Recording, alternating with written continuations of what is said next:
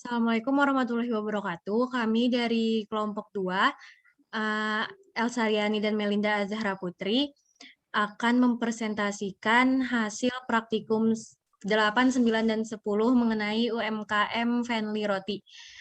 Untuk itu akan disampaikan oleh Elsa Riani.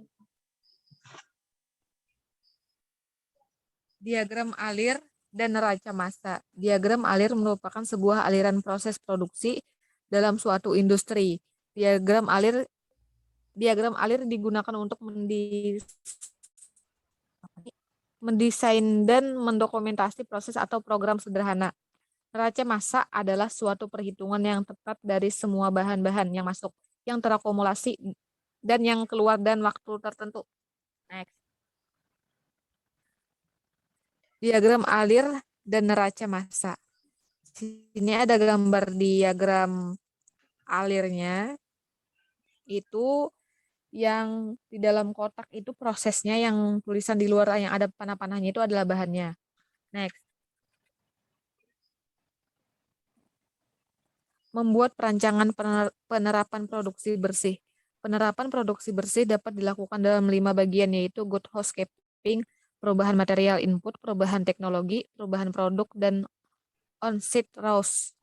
Good housekeeping atau GHK atau tata kelola yang baik merupakan serangkaian kegiatan yang dilakukan oleh perusahaan atas kemauan sendiri dalam memberdayakan sumber daya yang memiliki usaha mengatur penggunaan bahan baku, air, dan energi secara optimal dan bertujuan untuk meningkatkan produktivitas kerja, produktivitas kerja dan upaya pencegahan pencemaran lingkungan. Alternatif produksi bersih, yaitu satu, pada proses penimbangan limbah. Limbah yang dihasilkan dari proses penimbangan yaitu ceceran tepung terigu serta bahan lainnya yang tidak masuk ke dalam wadah timbangan. Limbah yang dihasilkan dari proses penimbangan yaitu penceceran tepung terigu serta bahan lainnya yang tidak termasuk ke dalam wadah timbangan. 2 kali. Proses pengadukan. Limbah yang dihasilkan pada saat proses pengadukan adalah sisa adonan yang menempel pada mesin pengaduk. Produksi bersih yang dapat dilakukan yaitu karyawan lebih cermat dan lebih teliti mengumpulkan sisa adonan sehingga adonan dapat digunakan kembali.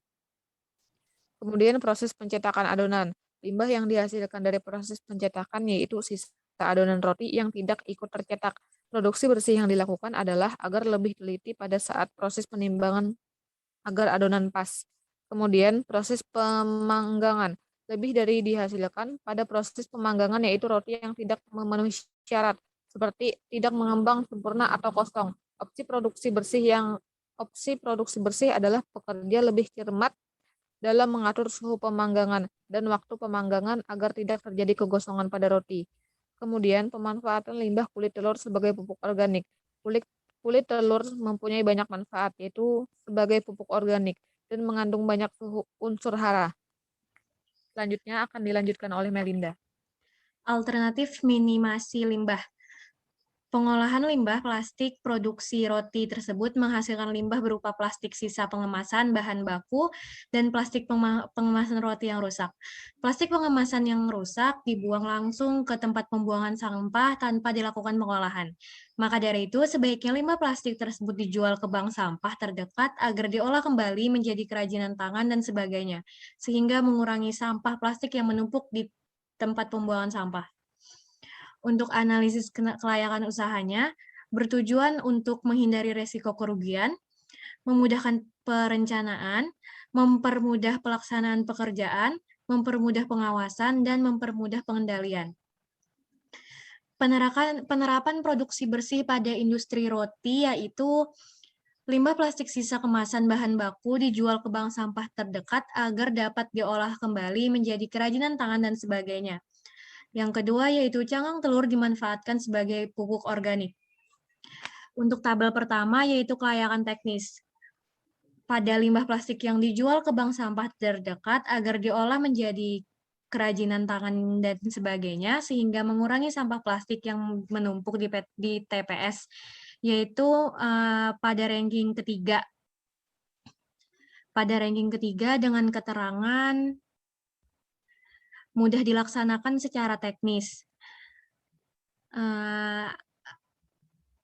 Hal tersebut karena bank sampah tidak terlalu jauh dari rumah produksi roti. Lalu cangkang telur digunakan sebagai pupuk organik. Itu mendapat peringkat ke-1, sangat sulit dilaksanakan secara teknis. Alasannya,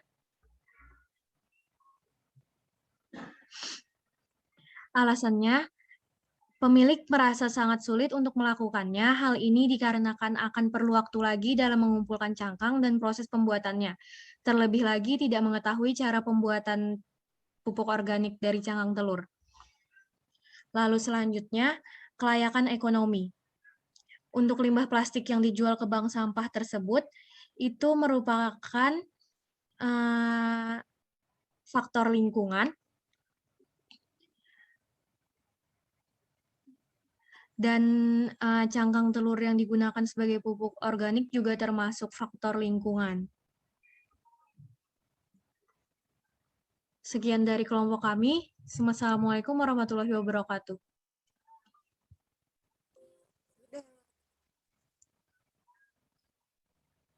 Sudah, Leh.